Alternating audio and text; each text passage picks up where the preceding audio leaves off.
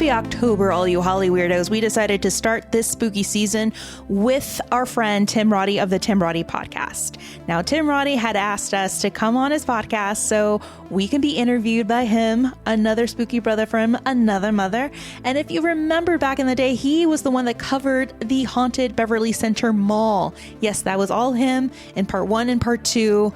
And it was so fitting to start this spooky season and with our friend Tim Roddy of the Tim Roddy podcast. He asks us the hard-hitting haunted questions. Where are the most haunted places in Los Angeles or California for that matter? Are there such things as haunted Walmarts? And will Bryce ever visit and summon a Happy Meal demon in a haunted McDonald's? These are hard-hitting haunted questions that you'll have to sit through and listen and most likely gather your crystals for. So you know the drill. Sprinkle that circle of salt around you. And if you don't have salt, but you do have a salt lamp, you might want to grab that and give it a few licks. We're not judging, because we're going to get Hollyweird with Tim Roddy of the Tim Roddy podcast.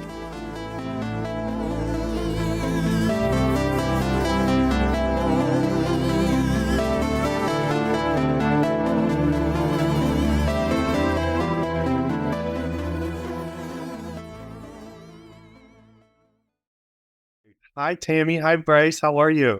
Hi. Hello. We're doing very, very well. We're preparing. We're almost a week away from officially being October the 1st. I don't know where September has to be. I don't know why it's in such a hurry, but it is bumping through. It is. So fast. Yeah, you're going to blink and we're going to be already stressing about the costumes that we should have had a month ago because it's already been Halloween. Yeah. Truly. Any updates? Do you guys have anything solidified? As of right now, no. So I just want to credit Hallmark because they have obviously run such a great campaign to get Valentine's to be as important in our society, because all of my friends are Scorpios. So not only is this Halloween season for me, but all my Valentine baby friends who are now born in October through the beginning of November, I have a birthday every day of the month. Oh, that is too funny. So I did the kind of a cop out. I went to Target. I'm gonna do other things as well, but I have my fallback baseline, this is my Halloween costume sweatshirt, worst case scenario. I've got a couple other ideas, but that one is on lock for just in case everything falls through. Solid. It's always good to plan ahead. And it's on a Tuesday this year, so it's everyone is doing it all on the same weekend. All right, we gotta coordinate. This is too much. Oh, I forgot that it is on a Tuesday. October is gonna be chaos. It will be. Everybody. The weekend before, everybody's going to be celebrating that Saturday and Sunday before, so be prepared. Well, I'm so excited to talk to you guys today. I have Tammy and Bryce here from Hollyweird Paranormal. They've covered so much in terms of supernatural investigations, the paranormal, TikTok, in-person investigations, so much. And I want to just start from the beginning. Where did Hollyweird Paranormal begin? Well, it started in the basement. Bryce was a small town boy with dreams. Truly. I was aspiring to be a stylist, and I showed up on a doorstep in Hollywood with a steamer in my hand. That's what we know. Basically, just watch Cats Don't Dance, and it's like that. It's just that whole, it's fine. No, Tammy and I used to work together at an acting school in Hollywood, and I am the worst employee ever. I will say that on record, loud and proud.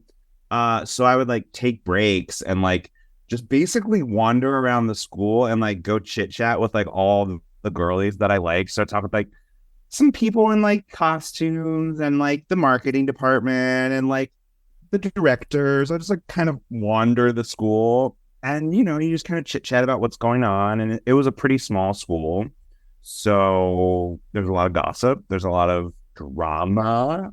And eventually it is also, it's a very famous Hollywood historical school and institution, and it's on the old Charlie Chaplin grounds and bungalows.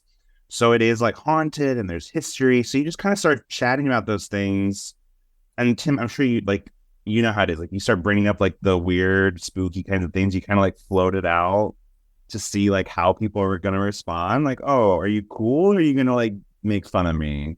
And then it kind of went from there. Yeah, the ones who are either hell yeah or stay away from me. It's like very Really that way.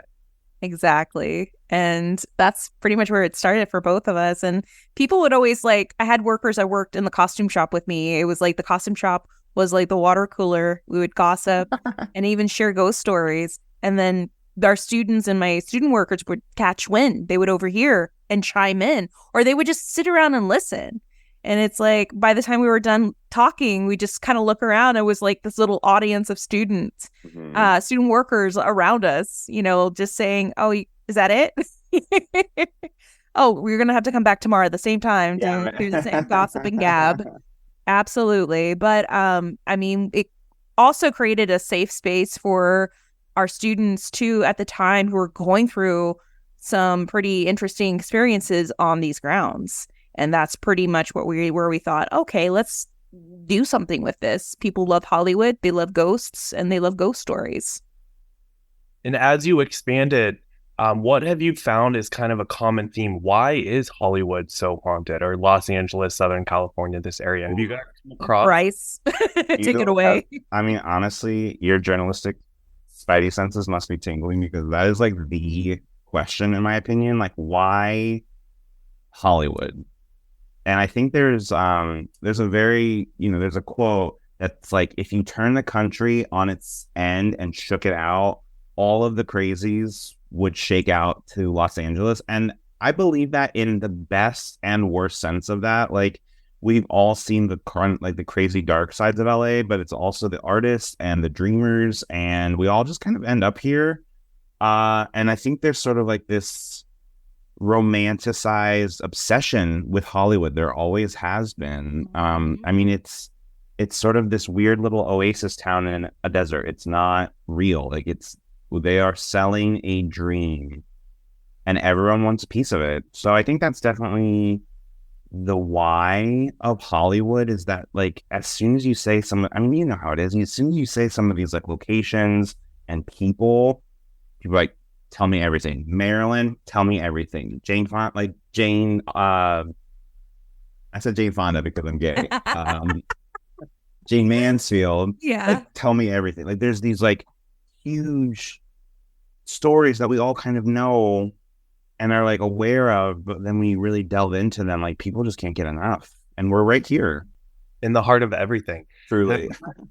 Come across, this is just kind of like a fun question, through your investigations and through everything, any energy epicenters in LA, or portals or hotspots? Have you guys come across? Oh yeah, the David Oman house is one of them. I mean, there's ley lines. There's ley lines around there. Like, I feel like a lot of it too has to do with a scientific explanation of EMF energy there, in a natural sense, not so much in a paranormal sense, because throughout our journey, we've learned more that EMF can do wonders or some harm to the brain.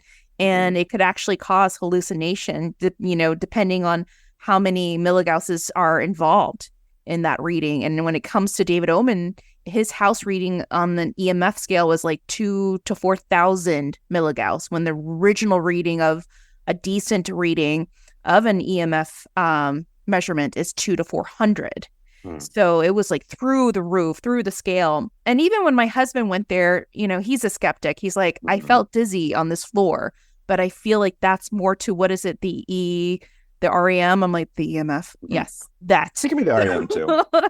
That is my husband, guys. So he's like, but I feel like, I'm sure that also can attract energy. Absolutely. It can attract so many things, but I don't think it's what people think it is. Like, oh, it's the ghost, the torn ghost of Sharon Tate and her baby and all the other victims that were a part of this horrific crime. It's so much more. Like, Benedict Canyon, where David is located, is filled with mysticism and many things that we can't explain. And I think we always talk about that. Like, LA is such an interesting city because it's so new comparatively. Like, the modern version of LA, really like the post-war version of LA is such a new city, but this area is not new. Like there have been people here for thousands of years. So there's these weird little like layers of like energy, Tim, like you're saying, history. But because the entertainment industry is so transient, this city is very good at like glossing over and building on top of. But often what happens is that like when we go to these places or feel these things, you have to start thinking like, okay, what happened here? What is the land? What is the history of this location? What did it used to be before? Like when we were talking about when you were on our show, like what did the Beverly Hills Center used to be? It wasn't a mall in the 1600s. Like, Right. I mean, maybe it was. I don't know. Maybe they were really advanced, but we just have to like start asking these questions because it all bubbles up through. Like we can pave over as much as we want, but the energy will not be denied. Yeah, exactly what you said. And considering how small the timeline is for just it being developed, having buildings and infrastructure here, most of the people that are here just don't seem to be like normal people living normal lives. Mm-hmm. A lot of big personalities, people who have these big wild dreams and aspirations. So there's so much energy there too. Truly. Absolutely. Mm-hmm. We always felt that at the school because it's like, I went there as a student and then worked there. So I was there for 8 years in total. After I was a student, they started doing like student housing on campus. They put like 200 actors in a room together and we're like, okay, like make it work. Like that energy alone bred so much chaos. Like There was a ton of chaos. good luck. Like Yeah. that is not, no. Yeah, there's a lot of students that had, they were dealing with a lot of mental health problems, being away from home, doing this method of acting where it was like, I'm trying to step away from myself and, trying to live the life of what, so-and-so used to live. And it's like, I wouldn't do that, Yeah. And it's like they're almost in a way like natural conduits, they're channeling so much energy through their art and their form. And it did culminate something in those apartments / dorms. Yeah. Do you believe it's still there today? I believe it is. I know through one of my TikTok videos, someone even reached out and said, yeah, I've heard I go there recently. I'm in my second year and I stayed in the dorms for 1 year and we would hear stories of a shadow man. So that shadow man is still there and will always be there just as long as there's more people there to feed into his energy. Yeah. Well, and I think there was, it's very telling that like during COVID and through most institutions being virtual and shut down, there was not that much activity. And then, a huge uptick once the students start coming back, and it sort of mirrors like what we're seeing at these other places. Like when you're not there to like kind of stir the pot, frankly, of energy of the paranormal, often it's just a reaction to the energy that they're being bombarded with as well, or the energy that we bring to a space, for example. So yeah, sort of seeing it like in a post-COVID era where they're like now back on campus, like, yeah, that checks out. Okay. I could totally see that. When it comes to different investigations that you guys have been on, how do you interpret the energy? Is there a certain way that you sense it in your body? Do you consider yourself sensitive? And if so, in which ways have you guys had different experiences? Or does it vary? For me, it varies, but I mean, like some of the best researchers and investigators have mentioned to me, like the legit ones, even like going back to Hans Holzer too, who's the godfather of paranormal research and investigation. Your body is your biggest tool because when you have all these instruments in your hand, you're too busy giving those things energy that you're ignoring everything else around you. And you're not even absorbing whatever is out there is trying to communicate with you. But I was always told that is your biggest tool is your body. And when you know that something's wrong or something's in the room with you, you listen to that. It's not like just like you're walking into a random room. You're walking into a room where there might have been some sort of incident or crime, something that has left a residue. But whatever is there can definitely awaken something inside of you. More like it's making you open yourself up to it than it opening itself up to you. It's just that Bryce, would you say the same thing for you too? Well, I think Tammy is much more in tune, or has like, what I will say is also has put in more work to be in tune. I don't know what my body's doing like 90% of the time. I'm like, I don't know. Like, this seems fine. Like, your leg is broken. Like, it's sticking out of your thigh. Like, what are you doing? Like, no, that's fine. So I would definitely balance with that. Like, we've been in many places where Tammy's like, oh, I'm feeling like this, and it corroborates with like a lot of people. And I just personally do not feel it like that. But it's just because I think, again, I'm kind of not super like, my body doesn't just process it that way, I think. But on our last investigation, we were kind of doing the Scooby-Doo, like, let's split up and kind of like wander around. And we were with our good friend Tanya, and her and I were just like chit-chatting. And there was like a device on the table between us. And I was like, look, if I like look into the dark for something, I'm never going to see it. People can point me like, did you see that? And I'm like, oh, I don't know, maybe.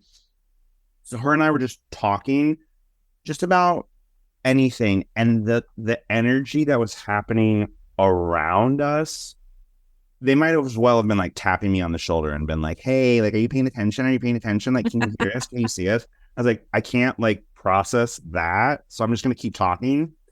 But like we were feeling, first of all, the device on the table was like going crazy. And she was just like very sweetly just like nodding, like, see? I was like, yes, I see. Thank you.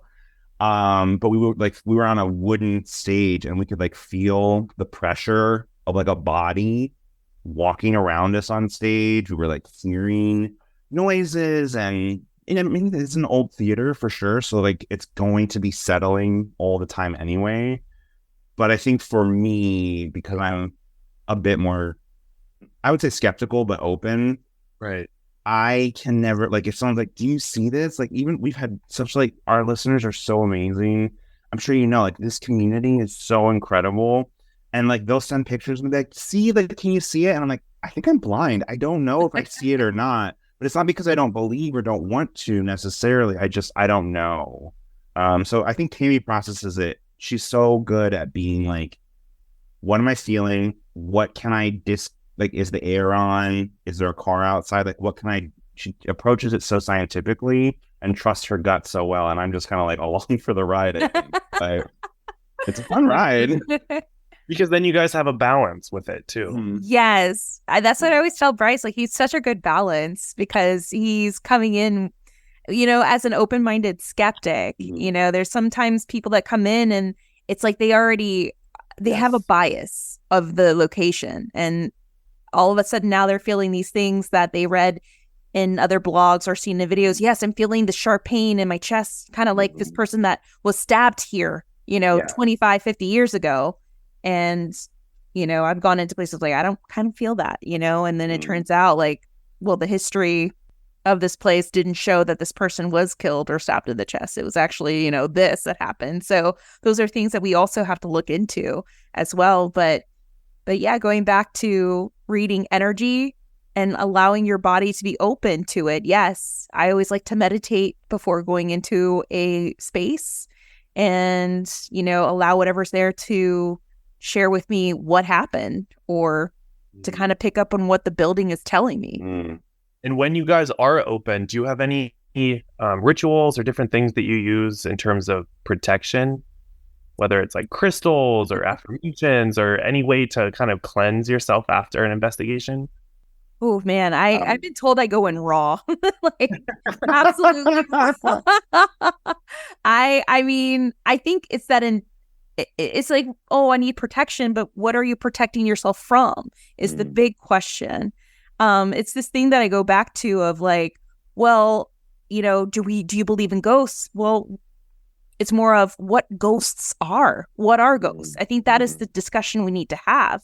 If these are things that you fear and you feel like you need protection, then I feel like that's an invitation for something bad to happen. And I do, I say my little prayer. I'm like, okay, just like, because I fear the living more than I fear the dead.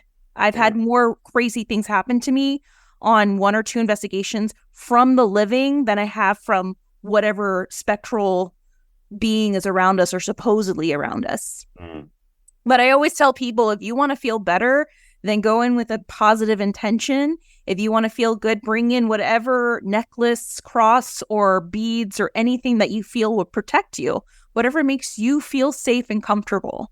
And always, go in there with an open mind and a positive thought. And then afterwards, do whatever ritual you feel is best. I always like to light my Palo Santo just to cleanse my own energy, to cleanse my own aura, and just to say thank you to my ancestors for always guiding me into the right spaces. That's perfect. I don't think there is, like you said, a set way. And I think it's up to everyone to kind of feel out what is right for them. Yes. Really. Mm-hmm. Is there anything in terms of like Ouija boards or things that you would advise against? Or for the most part, you're pretty much just open to anything as long as you're in control of your own. Exactly. There's this weird Western mentality of demons and Ouija boards. And just now that has circulated all over the world, in my opinion. And, it's so funny. I saw this girl, I hate to say it, on YouTube talking down about the Ouija board. I used it when I was young and I had all these weird things happen to me. It was terrible. But then on another video, she goes on to use a phone app called the Necrophone to speak to whatever the dead is around her, whatever dead person is around her. And in the comments, I even mentioned, I was like, how is this different than using a Ouija board? It's still a divination tool. How is that different from using tarot cards? How is that different from using a pendulum? When you're asking the phone the same questions that you ask a Ouija board, give me a sign of your presence. There you go. How is that different? So I don't think there's anything wrong or negative about using a Ouija board. I've used it several times and nothing bad has happened to me. I know other people have had some pretty negative experiences, but they've also had some pretty negative experiences using a Simon Says game. And for those of you that don't know, if you've seen the device, the REM pod, the REM pod is the same device that is used in a Simon Says game. The same lights that come out, the same sensors, is the same mechanism in that device. So here we are again. Yeah. Do we really know what we're using, and do we know what we're really calling upon? And I think that's what it comes down to, is that I personally would not use a Ouija board, which is just my own history with it. I was raised very religiously, and there are still weird holdouts of satanic panic that logically as an adult, I'm like, yeah, it's probably fine, but I just don't want to deal with that. And more so often it's because people don't use them. They use them out of ignorance, I think. And again, I am not the person to be judging other people. I don't know what the hell I'm doing. But I also don't go in and being like, I'm going to open this Ouija board and I'm going to open a demon portal and then I'm going to leave it open and peace out. And I think often, unfortunately, that's what happens, is people don't know what and how to use the devices that they are seeing, and the versions that we are seeing. Even your favorite, no shade, but even your favorite ghost hunting show, your favorite movie about exorcism or ghosts or whatever, at its core, it is entertainment. It is a show that is being produced. So what sells more? If the Ouija board levitates and lights on fire, that's good TV first. If you're then home alone in your basement, you're like, well, I can do that too. That ignorance and that did you close it? Did you use it? Did you protect yourself while using it? The ignorance of those things that we often run into is actually what I fear more. And we've been very lucky. We know the best people at getting to be on your show. We just have gotten to meet such amazing people that I trust. I just wouldn't go into a random sorority house and be like, who's ready for the Ouija? No, that's just not for me. Yeah. Actually, that part sounds like fun because you'll see what happens. I know. Can you imagine a paranormal just sorority waving or a fraternity? Waving from the outside, hey girls, good luck. It's too funny. Do you guys have any favorite go-to equipment on an investigation besides your own senses? Ooh, I love using my K2 tripwire. It's like a Christmas light string. It's a K2 meter, but it's in a wire form.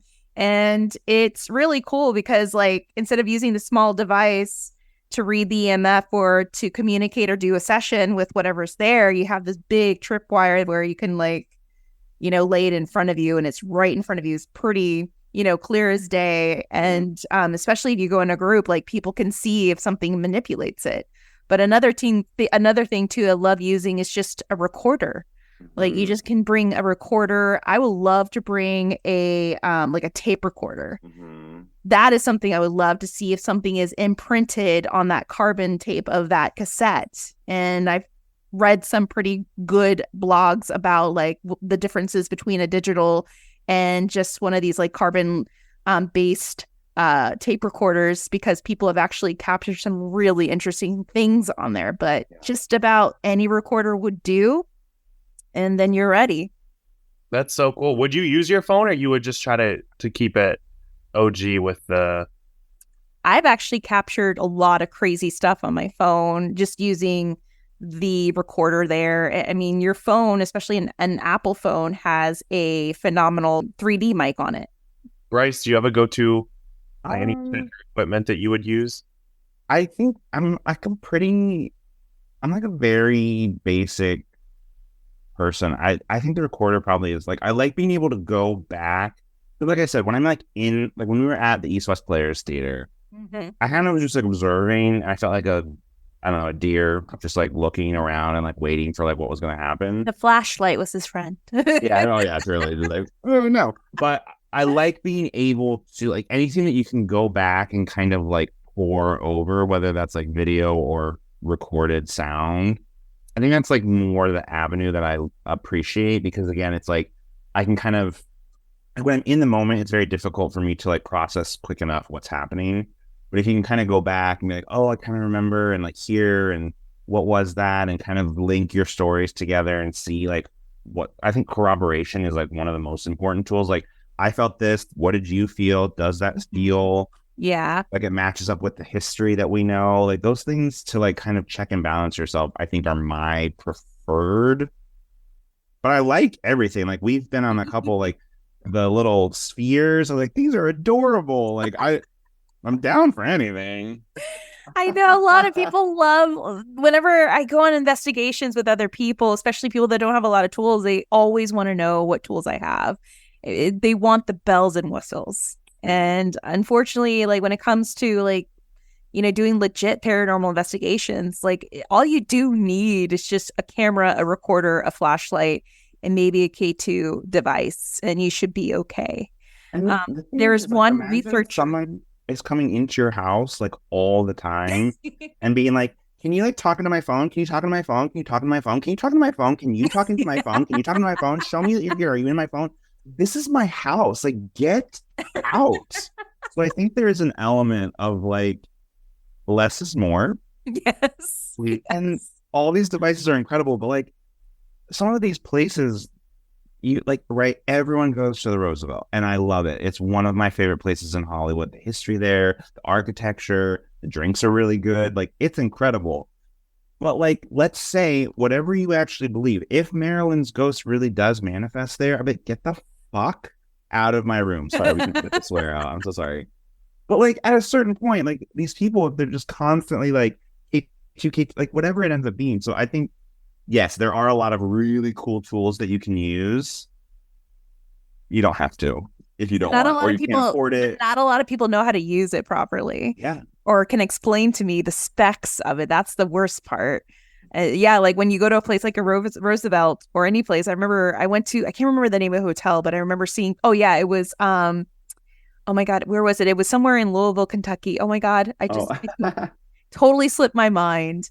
But I remember like there were a group of people doing a tour there, and they had their K2s, and they were freaking out because the K2s were at red.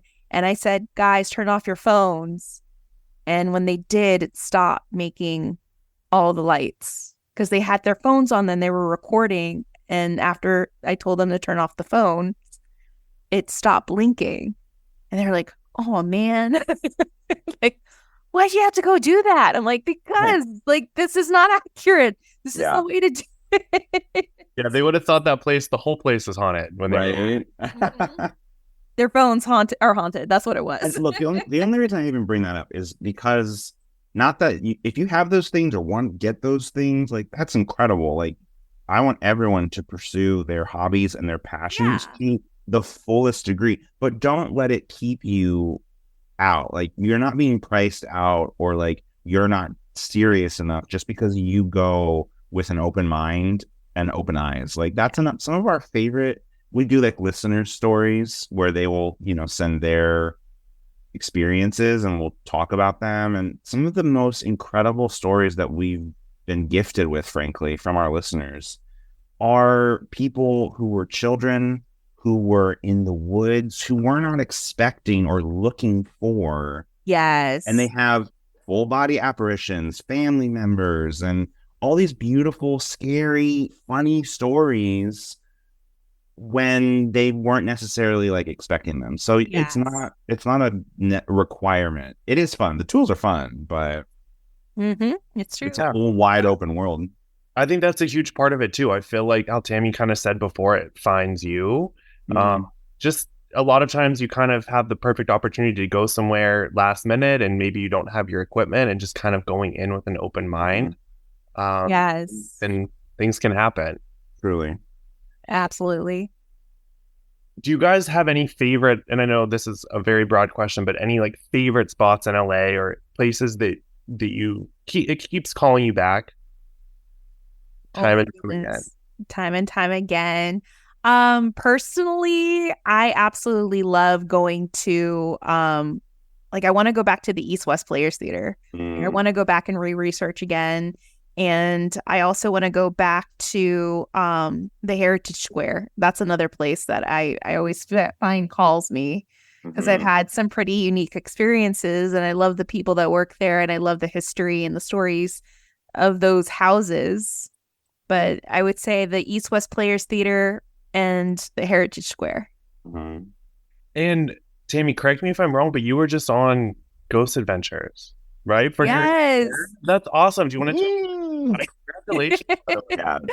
Thank you. Yeah, I shot 2 episodes with them because I had experiences at the Barclay and I had a huge experience at Heritage Square. So just to preface, our listeners for the longest time, notice how Ghost Adventures would kind of copy the places that we would cover on our podcast, because we like to talk about places that are off the beaten path. And I've had a lot of people recently reach out and say, hey, do you know the people of this place? Or what other places do you recommend that are not that are beyond the Queen Mary, the Roosevelt, and all these repetitive places that we heard about? And I'm like, yeah, because there's so much more outside of Hollywood. There's so many places like that are in Pomona, Riverside, and even here in the Valley. But I was invited to be on the show of Ghost Adventures for their Heritage Square episode because I had an experience in one of the houses there. It was one of those things where I was not looking for an experience. I was there to work. I knew that those houses had stories, but this was such a beast of a film. It was a horror film. It was a horror anthology, and we had rented the entire square for 2 weeks. And I was based out of the Hale House, which is the green, purple, multicolored house. For 2 weeks, I was in the second level, and no one is usually ever allowed on the second level. And for some reason, they had wardrobe there. And I had fun, of course, dressing up Jacob Elordi of Euphoria. He was in the movie, and he was such a freaking sweet, beautiful guy. Complete skeptic, didn't believe in ghosts. He was like, I don't believe this place is haunted. Here's a knock. That's just the wind. But in an Aussie accent. Right. But when I was there, and I tell the story, they didn't put it on there, but I was working one night on the second level of the Hale House. I was sewing these pants, and they had to be ready the next morning. We were ready to shoot at 7 a.m. And this actor who had originally sent me his sizes from 20 years ago was not the size that he was of that day that I was trying to fit him in the pants. So I was like trying to add this gusset. It was insane. And I was there to work, right? I had my sewing machine facing the doorway, and I kept on hearing what sounded like running and laughter outside of the door. And I thought it was a PA But I was like, no, they're in the octagon across from me. Like the whole team is there because they're trying to get the final shoot done. Like they were stressing in this house. And my assistant was there. And I mean, it was quiet in the square except for the octagon house. So I got up and I was like, is anyone there? No one answered. And I was like, okay, whatever. I'm going to go back. Like my focus was to get this done. It was 11:30. I needed to go home and sleep. Whatever 5 or 6 hours we had, turn around.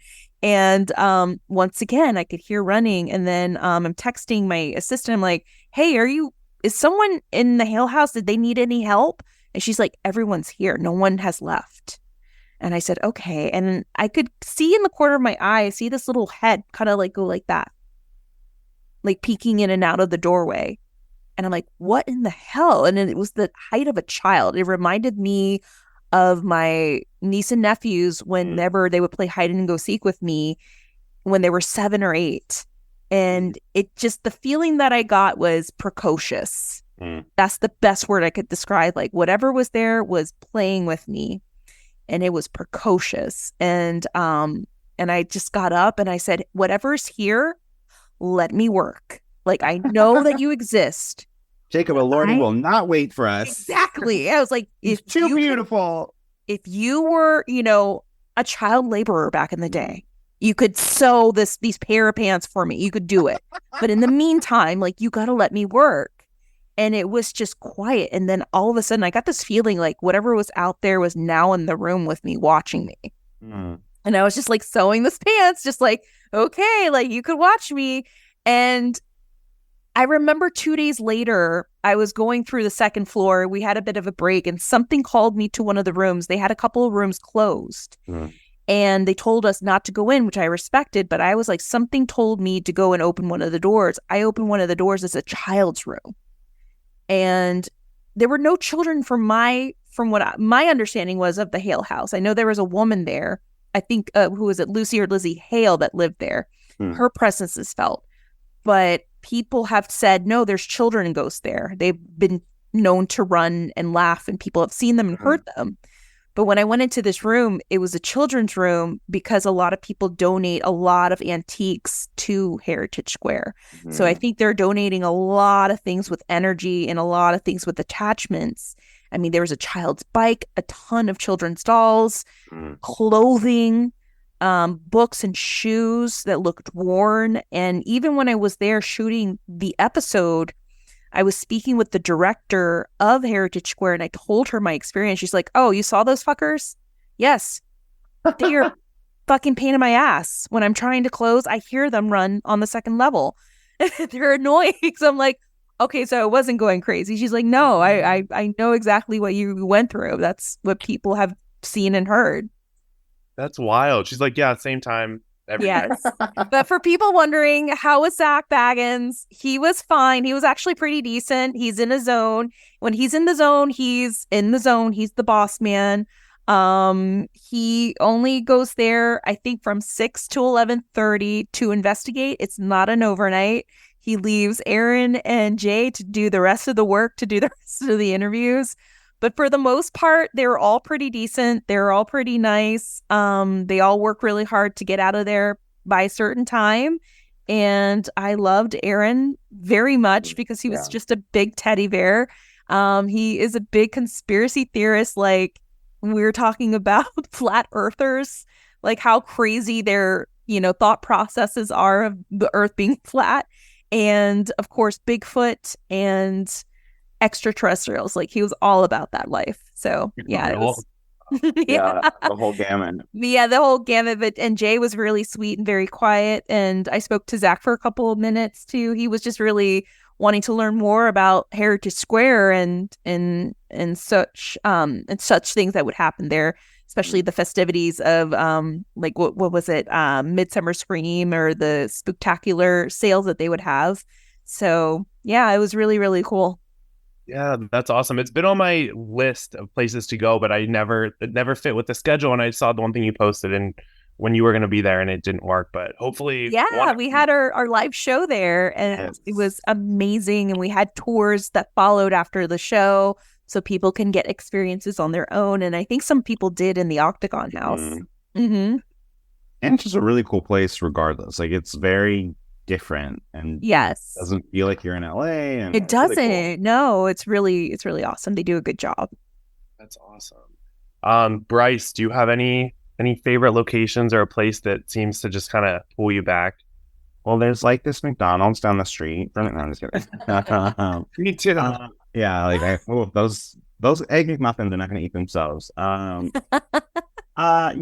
I mean, it's hard because it's also one of our more recent ones. So it's like, do you just have like that as your favorite because it's so new? But the East West Players was really special. The history of that building, Yeah.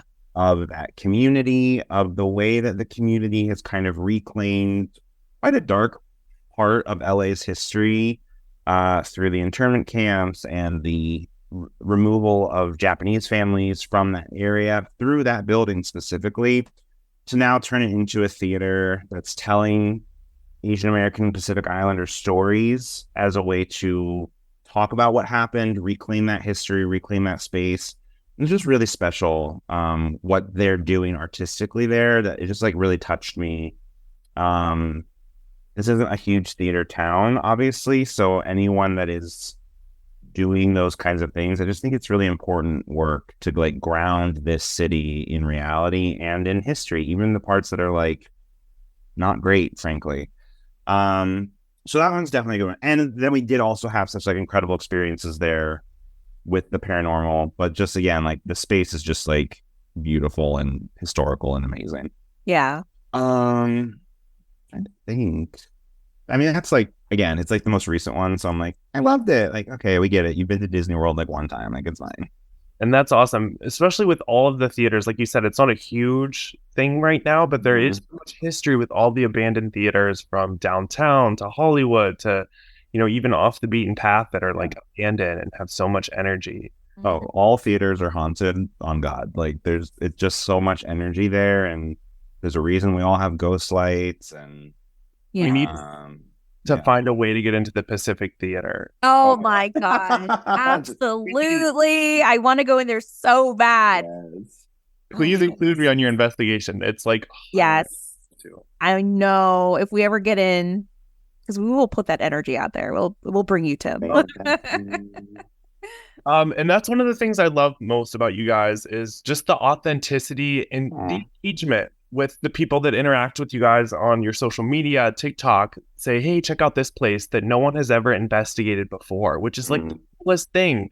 And then you come to realize that so many people have had experiences within those certain places. Like I was loving what you posted with the Walmart in the Valley. Yes. So cool. I actually was at that Walmart like 6. It was there and I was like, oh my God, how cool. I know, you're haunted by their low prices and their spectacular haunted decor and for their Halloween. And their door greeters, they are relentless. Yes. Oh yeah. Well, there is like I said before, we love to tackle these stories that, especially of places and even cities and locations that are off the beaten path. Like there is this beautiful camaraderie of people who are like these fans of their own cities. When we talk about Riverside, when we talk about Pomona, and when we talk about San Fernando, there's so many people that come forward and they're like, yeah, thank you for representing my city. Yeah, thank you. Hell yeah, I remember going to that high school. Hell yeah, I know that Walmart in Panorama City. There's so many memories that people share with you growing up in these places, whether, they're from the 60s to even now. It's really beautiful to have that, shared on your page. That's what we're all about. It's just the shared experience. That's awesome. And there's a lot of vulnerability there too, because tons, yes. One halfway and you ask them, they're meeting you being vulnerable. And they may not even have a direct experience, but I've noticed that they know someone who has had this experience in their house, and this person knows someone there. And it really just creates this genuine network of people who can connect with one another, which is awesome. And that's the thing, is like ultimately everything comes down to community in life. And as silly as it sounds, like in death, like we are stories and we are the communities around us. Like that's really all we have. And so to watch as we explore these places, like that's the thing that we get the most out of, is like, oh, here's these people who are proud of where they are, proud of the stories of the heritage. I don't know. We're very lucky that people have been as generous as they have and continue to be with their stories, because that's like all we have in the end. Like everything else is sort of like doesn't matter, frankly. Right. And even different guests that you've had on your podcast, I know that you covered a couple of different locations that I have never even heard anything about. Places being haunted, like in Burbank or the Miracle Mile. I don't know if you guys want to talk about just a little bit about either of those places or other places that maybe someone has never heard of being haunted before. Oh yeah, there's so many places, and off of Miracle Mile, for example. Glad you brought that up. That, I mean, people have claimed to have had like weird experiences, especially where is it? I think it's called the Gaylord Apartments.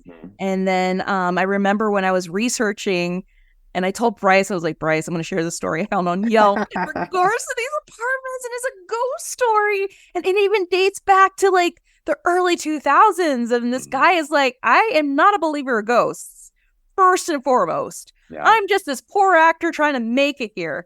And now I got to deal with this weird thing happening in my apartment. But here's my story. And I'm like, this is pure gold, you know? And if you think about it, early 2000s, that was just the birth of, you know, ghost adventures and ghost hunters. Maybe earlier than that, but that's when, you know, the paranormal was just just about to turn mainstream. You know what I mean? So for someone to go on there and share like this apartment is haunted, then I mean that says a lot. Truly, yeah. And like we said, like when it comes to Los Angeles, there's layers and layers of history. And when you think of Miracle Mile, you see all these new developments coming in because LA does this wonderful thing where it likes to bulldoze historical places and build some pretty unaffordable housing.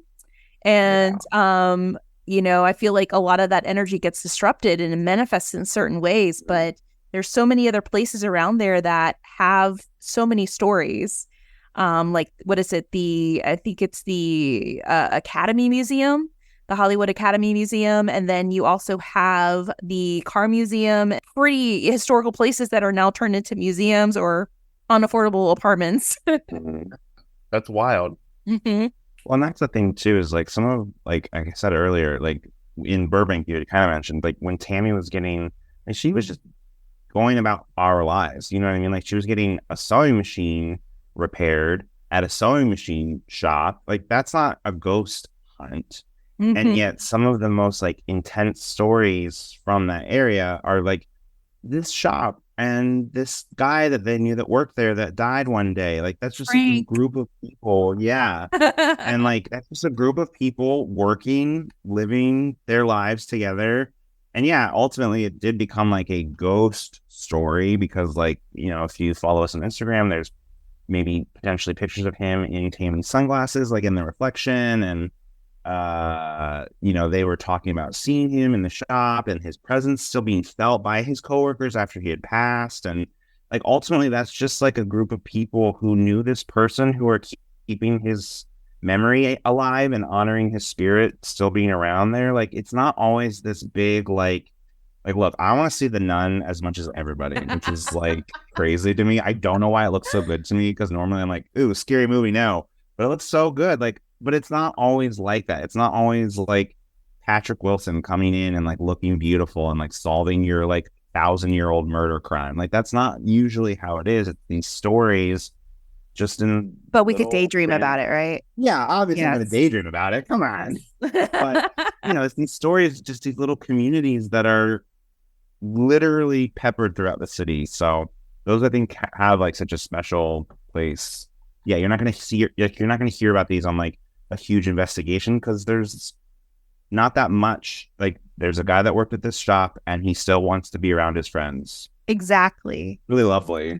That was a crazy story. Yeah. It's just like, yeah, that's when it looks for you, man. And at that time, I was doing a lot of investigations specifically at David Oman's house. So I'm trying to think and research more, like when you enter a place that has a high level of EMF, are you like charged yourself? Like, are you becoming this big walking K2 meter yourself that attracts all these spirits? Because I remember like before that happened, I did 2 investigations in the same week. at his house and just feeling so drained and a bit dizzy like the day after, kind of like a paranormal hangover. But I read and realized, oh, that's the after effects of high EMF. And that's crazy because a lot of times, at least myself, we would look externally at the conditions rather Yes. than what you may be experiencing physically. Yes, exactly. And I think there's this podcast called The Lifestylists by Luke Story, and he has done some pretty in-depth episodes in regards to the studies of the hazardous effects of EMF. Wow. And how people have been affected living in places that have high levels and readings of it. It's been known to affect one's mind, one's ability, physical ability, and so on and so forth. So, I mean, it's pretty interesting to look into it a little more scientifically. Yeah, I could see that. I don't want to take up too much of your guys' time, but a couple things I do want to touch on really quick. I love all the work that's being done to support the Marilyn Monroe House and Marriage Street, which I just saw. If you want to talk a little bit about that, and not only are you sharing stories of history and bringing people together with paranormal experiences, but also saving and preserving history too. Yeah, I mean, we've kind of talked about it, and like our podcast has turned into like, and I'm so proud of this, like, and I want this whole city on fire, basically. Like, we're basically like a save the blank podcast now because the city, it's massive. You just can't fully understand how big it is and like how unplanned this was. Like, this is not like now it is. Now it's one huge mega city, but originally it was like 9 separate cities that were connected by somewhat of the highway systems there. But this was never the plan. Like, this happened and everyone's like, oh shit, we should have planned for this. So the city does move very quickly, and there's a lot of bureaucratic machinery that happens. And we're in the middle of a housing crisis. Like, people, and it's everywhere. I know that it's not just LA, but we're watching it in LA, and it's really accelerated because the real estate market here is insane. Like, I literally don't even think you could find a house anywhere within the county that's like less than $1 million, unless you're just like so far out. And that sounds crazy, but that just is the way it is. And there's like these conglomerates that are just buying everything up. Like, it is very much like a machine just eating the Fern Gully forest. Like, and so it's this weird thing where like, wait, we need to like slow down. And with the Maryland House, with Olvera Street, like, these are places that are important and that make our city feel special. Like, nowhere else has these.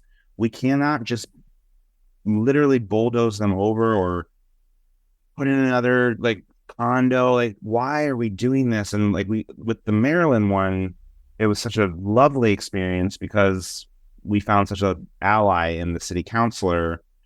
And that was like an example of it working very quickly. That is the outlier, unfortunately, in my opinion. Yes. History shouldn't be bulldozed or buried. And, it's a big message not only to the city and the people here, but it's also to other creators to do better. For all these creators showed up at the house doing videos, and it's like, I didn't see a call to action on your behalf until it benefited them. Now it's important that it's saved. And, what if it wasn't saved? And that is something, too, that we're trying to stress about Olvera Street. And that's something I wanted to talk about real quickly. We just covered an episode with Spooky Foodie because she is doing a very beautiful job. Ansley Lane. She's boots on the ground for sure. Yes, Ansley Lane. I think she's being guided by something there. And I told her, I think you're being guided by Christine Sterling, who was the one that had the vision for Olvera Street in the 30s. And then you have Consuelo Castillo de Bonzo, who is also part of her ally. And, they built that street. 2 hardworking women. Yeah. Yes, one that knew how to use her white privilege. Unfortunately, yes, it was a white woman that helped bring the street and bring Mexican culture and heritage to Angelinos, to give them a taste of what was originally here in the city.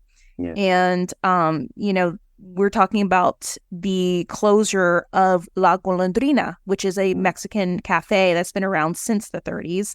The place where it sits has been around for almost 200 years. And this is a place where this is like LA's first roots. This is a whole location where LA grew. And to see that being dwindled away by the city that wants to tear it down and turn this area into a gondola. They want to put some weird water structure and gondolas so they could transport people to and from the LA Dodger Stadium to this location, and put in some new restaurants, put in some new high-rise living situations there, and it's not going to look like it was. And that's not how it should be. The Gomez family are trying to raise money. I'm looking at the GoFundMe right now. I've been eyeing it all day, and I don't want to get so emotional, but it's at like close to $9,000. It's so great when people actually come together and help, because this is so important, and we have to work together to keep this stuff alive, because it's not going to be here anymore, to share the stories of those that are no longer here. Well, thank you so much for using your platform and using your voice for these monumental changes. It's amazing. Mm-hmm. And Ansley, I have to give it up to her.